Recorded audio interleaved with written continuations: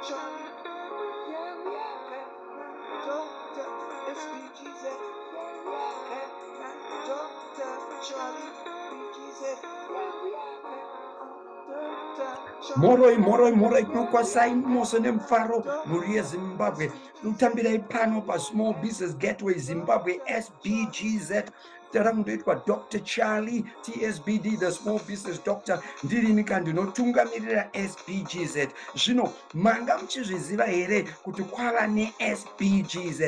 SBGZ iripo pakupa mazano uye kudzidzisa vose vanonga vachida kutanga mabhizinesi avo kana kuti vakatotanga nechekare, angava mabhizinesi madoko ari pakati nepakati uye ari kusimukira atinoti kaisusu maSMEs. Mukauya kuSBGZ ndo tsime rine zvose zvine chekuita nekupai mazano uye kukudzidzisai zvakawanda zvamunogona kubatsirwa nazvo. Asi kuti mukwanise kubatsirwa zvakanyanya, tinokurudzirai kuti mimi muvhure akaunti inoitwa iyo BSSA, kureva kuti Business Support Services Account. Kana mavhura akaunti, chekutanga matova nhengo nevamwe vazhinji mune yatinoti iyo SBGZ Community. Tobva takupai certificate yenyu yeunhongo hwenyu hwegore rese. Teerere, tinokubatsiraika pakuita kushambadzwa kwebhizinesi renyu pazvivhitivhiti yatinoti digital marketing, ingava kunana Facebook, vana Instagram, vana YouTube, vana Twitter, vana LinkedIn, vana WhatsApp, vana TikTok. Tichikubatsirai kuti bhizinesi renyu kukwanisa kuzivikana. Zvekare tinouya toita ongororo yatinoti muchirungu business performance health test.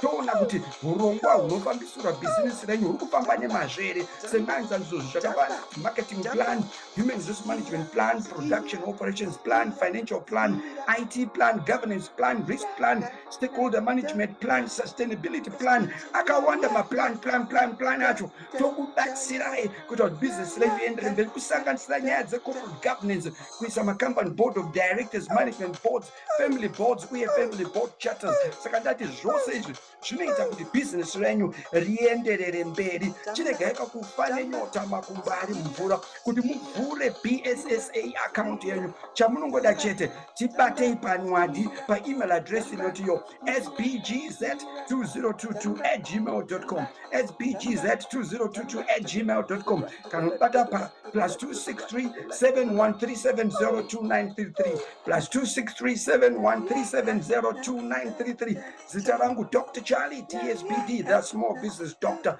Usatye manonoko, vazhinji vose vari kutirimuka kuuya kuSBGZ. Tona mwauya, bye bye.